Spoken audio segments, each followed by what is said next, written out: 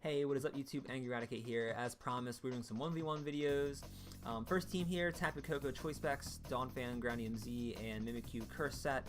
Look at this team rating. I screenshot this. This is the peak of what I reached. I reached 30th on the ladder. Obviously, this is for the suspect testing, so people aren't necessarily as high as they usually are. Take that with a grain of salt, though. We are top 30, or we were top 30 at the time of making this. We had dropped because we started experimenting with some other teams. Not as good. This is by far the best team I've made so far since coming back. I've done, I want to say, 200 something fights overall. I did a lot of like battles with like joke teams though, with like generational starter teams. This is a serious team. This team is very good, very strong. If you want to push the ladder with this team or just have a good time in tournaments, anything with this team is super strong and versatile. So I'll be going over each individual set, what things in the metagame they counter and what things they are weak to. We'll do some battles at the end. It's gonna be a good time. Alright, Tapu, Koko, Choice Spec set. Thunderbolt, Hidden Power Ice, Dazzling Gleam, and Grass Knot. Obviously, Electrical Surge over Telepathy. No point doing that. You can run. I think I kind of messed up here. I think Special Attacking Nature is better. It does not outspeed It does not outspeed Astro Ninja. However, almost all the other checks it needs to hit, it is not needed with the extra speed. There's not a lot of Pokemon that 120 to 130 speed range that it needs to be able to outspeed. Talonflame if it loses its Brave Bird, but I think Flare Blitz can just one-shot you. Oh, they need to put that up again. I'll go over some of my notes I have here. I'll post all the notes in the description below, don't you worry. I want to make sure you guys can all see the information I'm looking at. That's the whole point of my YouTube channel, is to make sure you guys are informed and able to win.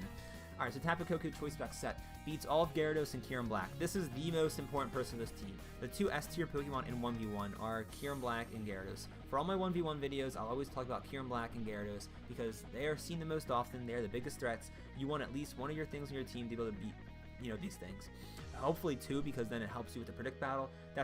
I'll be mentioning a lot of little tidbits. I really need to make a video of 1v1 and its nature. If you don't want to like listen to my guide, go over to Elo Bandit's channel. He did a lot of stuff with 1v1s, like some of the more psychology behind it, how to win and make the predicts that you need to win.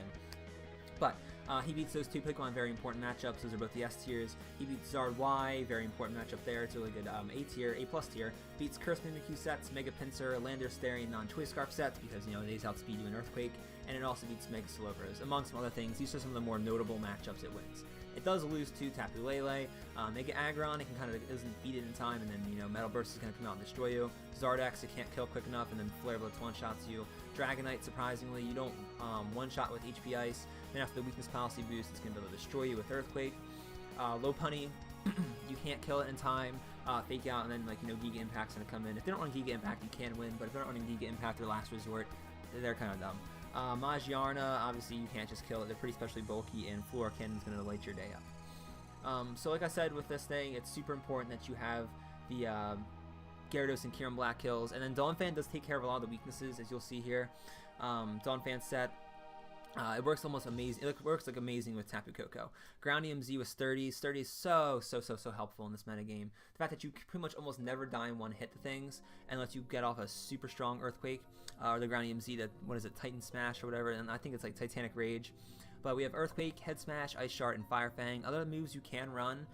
Counter, I've seen a lot. Endeavor is another option. Endeavor, Ice Shard. For our set though, we do run the HP bulk because of that. Even though you rely on sturdy sometimes, he does have a good enough bulk where he can tank hits pretty well. So it is sometimes important to go for the HP. I do run 8 speed EVs to outspeed other Donphan in case they run 4, trying to do the same thing. You can do that for like any amount, like 16, 32, whatever you want to run on that. You can kind of you know tailor make that to tailor-make it to what you're fighting on the ladder at the moment. That's a pretty important thing to do. But attack, investment, you want to make that sure that Titanic Rage is doing as much damage as possible. Let's look at some of the matchups for Donphan. What do we got here? We got, it does beat non-counter Zardexes, and Zard Y, beats all Zard Y. The thing with Zards is, unless you know what they have, you have to go for the Earthquake turn. You have to go for Head Smash turn 1, or else the Earthquake either won't hit them, won't hit Charizard Y, and then it slow beams you twice and you lose. And Charizard X, you can obviously Earthquake it, but if it's Charizard Y, you lose. So you want to Head Smash. It does not one-shot Zard X, and then it can either counter you or Flare Blitz twice. I don't think it dies from the recoil from the first hit. Maybe it does. Or if it just Outrages twice. I think Outrage is the right play there anyway. Metagross, he beats all Metagross, all Tapu Koko, all Tapu Lele. Those are 3 super helpful matchups that Tapu Koko struggles against, and it's really important. Both the Tapus in particular, no matter what they do, they can't one-shot you, and Groundium Z, Earthquake with the attack and Adamant automatically one-hits Tapu Lele, and unless it's Z Reflect, but you're almost never going to see that, or Z Iron Defense, something stupid like that. And then they're wasting move slots on that then. Also beats Dragonite, Ice Shard twice, something the Dragonite can do about that. Lopunny it beats, unless it gets some stupid crit or like Ice hacks with Freeze hacks with Ice Punch. Beats Magiarna and Mawile as well, pretty self-explanatory there. Also beats non-curse Mimikyu because you are able to tank its hits. It does not beat curse ones because you are slower than it, and it can just stall you out. Loses to Gyarados and Kyurem Black. Here's where it kind of struggles. Donphan would be super high tier if it wasn't for the fact that it loses to the 2 S tier Pokemon. He's only B+ tier because of this.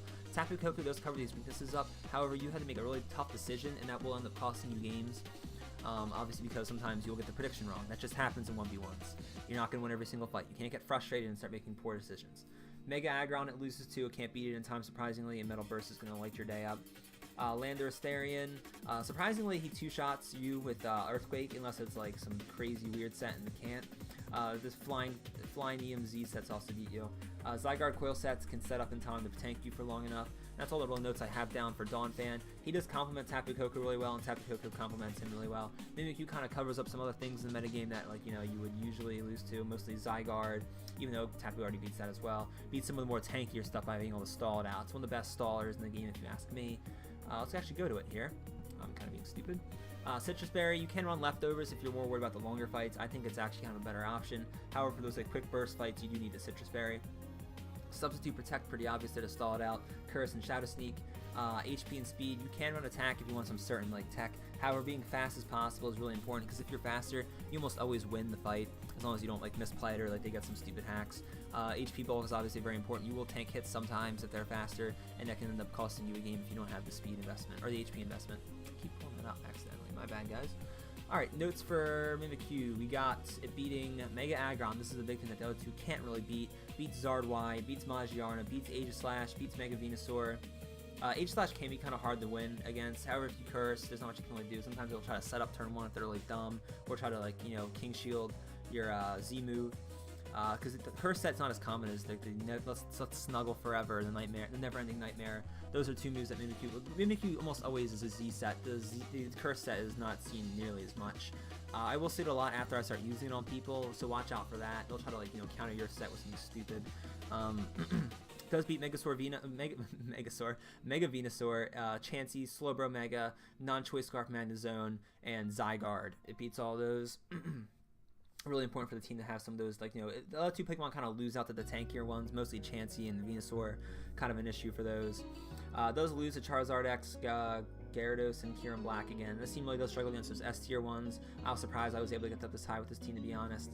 I still recommend the team. It's very good, and Tapu does beat down those two ones pretty well, so you can kind of make some predictions off of that.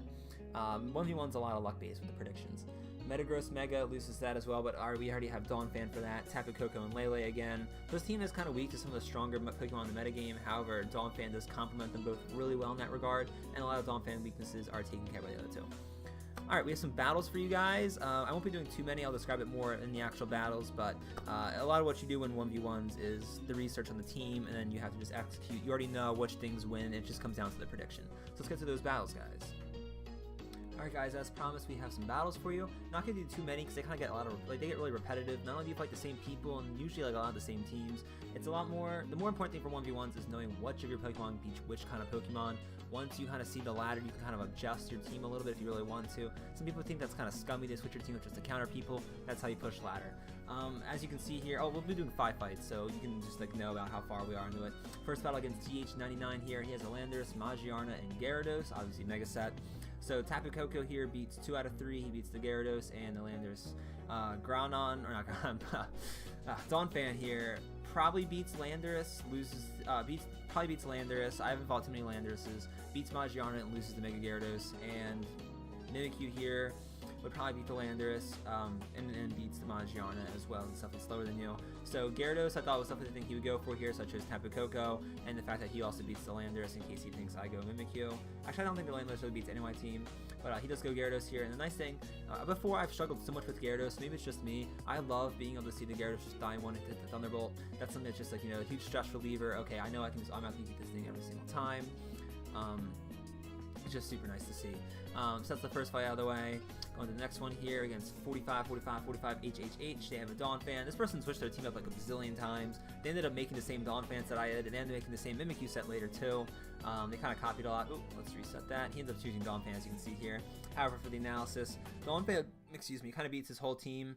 I think I might have actually lost to Donphan Ditto once or twice because he had counter on his, so I wasn't too keen on picking it. However, it does beat his Metagross and his Victini, and my Mimikyu is able to beat his Donphan set. Tapu Koko is not a very good choice here. He does lose to Donphan and the Metagross, and he could beat Victini, I'm not really sure. If it's an Assault Vest or any kind of bulky set, it obviously won't for sure, and otherwise it can win. So I did go with Mimikyu here. Even though he does lose to Metagross, I thought, okay, I went Donphan last time, so I thought maybe I wouldn't go. He wouldn't go for Metagross. He ends up going for the Donphan because he wanted the Ditto last time. Why change something that broke? I sub here, which is the big play, to break the substitute, or to take the Z move. Now I can protect safely. It probably would have done a good amount of damage. I can protect here, no matter if we're going for Ice Shard or for Protect. He goes for the Ice Shard here, only does 17% to Mimikyu. So that's really nice to know that Mimikyu can tank his Ice Shard with only about 17%, so it won't even break the sub in one hit. He has to go for the Earthquake there. Shadow Sneak there to finish off the fight. As you can see, just in a few turns, Curse can break something down really easily. And it's also really helpful against a lot of the bulkier Pokemon, Zygarde, Chansey. Either Protect turn 1 against Chansey, like Mega Venusaur, because they usually will go for Leech Seed or Toxic or something like that. But then you get a sub up, you get a free turn to Curse then, and you already have your sub up. Super helpful against Pokemon like that. Up next for the next fight here, Rainstar Delta. He has pretty much he has the 2 S tiers, and he has Mega Diancie, which is kind of weird to see. So Tapu Koko is the one that can beat 2 of the things, and I'm pretty sure it would kind of lose the Diancie. I'm not sure if it could one-hit it, and then I think Mega Diancie could one-hit me. Actually, looking back, that's what I was thinking at the time. Looking back on it, I think I probably could have won that fight. Tapu Koko versus Diancie. He ends up going to Charizard here. Obviously, I beat Charizard Y, I don't beat Charizard X. He goes right into Zard X. Thunderbolt doesn't one-hit him. Does a little bit on their half. Flare Blitz comes in, takes me out, obviously. Charizard X is kind of an issue because only Donphan beats it, not reliably. That's probably the biggest weakness for this team. You don't see Zard Y as much as you used to anymore, so definitely make sure you have something to counter Kyurem Black and Zard X and what am I thinking of? Kyurem, Zard X, and Gyarados. Those are like the 3 biggest threats I think in the metagame right now. You want to make sure at least one of make sure you can counter them. Obviously, you're going to want at least some of them to be countered by 2 of your Pokemon, or else they have a very good advantage in the prediction state, or like the making the prediction or the strategy in the beginning of the fight. I'll have a whole video on that, like how to make do more predicts and stuff like that, like more detail. This one's more just for this generic team one. Oh, I keep doing that. So I go Donphan here, as you obviously saw that. Against Chubac here, he has a Shedinja, which is a terrible thing to bring. So many things are super effective against it. It's just not a good option. This is, I think, back when I was a little bit lower on the ladder. I probably should have chosen a few. I think that's one of the higher fights. The first fight against DH99, he was top 100. Not 45. Rain Delta was top 50. Chubac, this guy wasn't that high. I think it was an earlier fight. But he has Zard X, Zard X most likely, you would assume here. Metagross, and Shedinja. So as you can see here, Donphan obviously can just pretty much beat all 3 of them, barring some stupid Charizard set. He goes Metagross. That's an easy win for Donphan. Not an issue at all. Ice Punch, unless he froze, then he wins this fight 10% of the time. We win this fight 90% of the time. So that's just nice to see. Sometimes you will lose to hacks. That's one of the big things. Again, that's more for like a generic video, but you will lose sometimes. This person has Mawile, Zygarde, and Tapu Koko. So I was really debating going Donphan. However, Zygarde kind of beats that. It beats Tapu. Actually, it doesn't beat Tapu, so I kind of wanted to go Tapu, but I went Mimikyu for the surprise option here, in case he went Mawile or Zygarde for the safe win there. He goes right for the coil. It's not going to be enough. This fight ends up taking a while. He was going to lose, and he was trying to PP stall at first. I ended up convincing him, you're not going to PP stall. And I wasn't lying. He actually would lose the PP stall, as I have 48 Shadow Sneaks. He only has 16 rests, and he literally eventually has to just keep resting. He goes for the coil again here. He had a lot of good predicts on like my protects and stuff. I do have my disguise still, which is nice, so I can kind of risk it a little bit. He goes right to sleep there, and this fight just takes forever. I'm going to speed it up to fast. It's kind of just repetitive at this point. When you have Mimikyu in a fight like this, you want to make sure you're being careful. Make sure you either have a sub or disguise up. You don't want to be blowing either of those. Go for protects as often as possible. Obviously, when he's asleep and he doesn't have sleep talk, you can definitely go for moves like Shadow Sneak. But in some fights, he won't be just going for rest. Sometimes he'll have sleep talk. He'll be doing damage. He'll be breaking your subs, breaking your disguise. These are the kind of fights where it's obviously nicer to have leftovers. I'd be near full health by now. So unless I really mess this fight up, actually I don't think I could lose at this point because he has to keep going to sleep. I was just kind of hoping for some crits, and eventually he does his forfeit once he realizes he lost the PP stall. But for other things that you have to stall against, some like Mega Aggron sometimes, they'll go for like Rests, or like Chanseys will Soft Boil stall you. And if you get Toxic somehow, or if you mess up, then you have to be careful with this. You want to make sure you're not wasting any extra HP and keeping your sub safe. Just gonna turn. Eventually he gives up. Turn 22. Yeah, he gave up on turn 19. Obviously I was gonna lose. He wasn't doing any damage to me, and I could PP stall him. Pretty safe, self-explanatory win there. Even if my Shadow Sneak somehow ran out, they wouldn't, but I could just PP stall my Protect. Nothing you can do about that. Thank you guys for watching this video. As always, I hope you take into consideration using these Pokemon or this team. You know, feel free. Don't feel like you're like plagiarizing me here. I don't own this team. It was fun to do this team though. I'll be having a lot of other ones coming out soon. Some more fun teams with the starter teams. They really suck, let me tell you. Like the Sinnoh starters, Black and White starters, even like the Sun and Moon starters. They all suck. You'll like those videos though. They're kind of fun to see this Pokemon in use. You know, you fight a bazillion Mega Gyaradoses and Kyurem Blacks and stuff. You want to fight some other stuff, and you want to use some other Pokemon, and it's nice to do that. 1v1's a metagame. You can kind of get away with it. You won't win all the fights. You will win some. Thank you guys for watching this video. As always, we hope to see you in the next video. Sub to this channel, man. We got a lot of other Pokemon content. We're starting back up again. We hope to see you out there with us. Peace out, guys. Have a great one.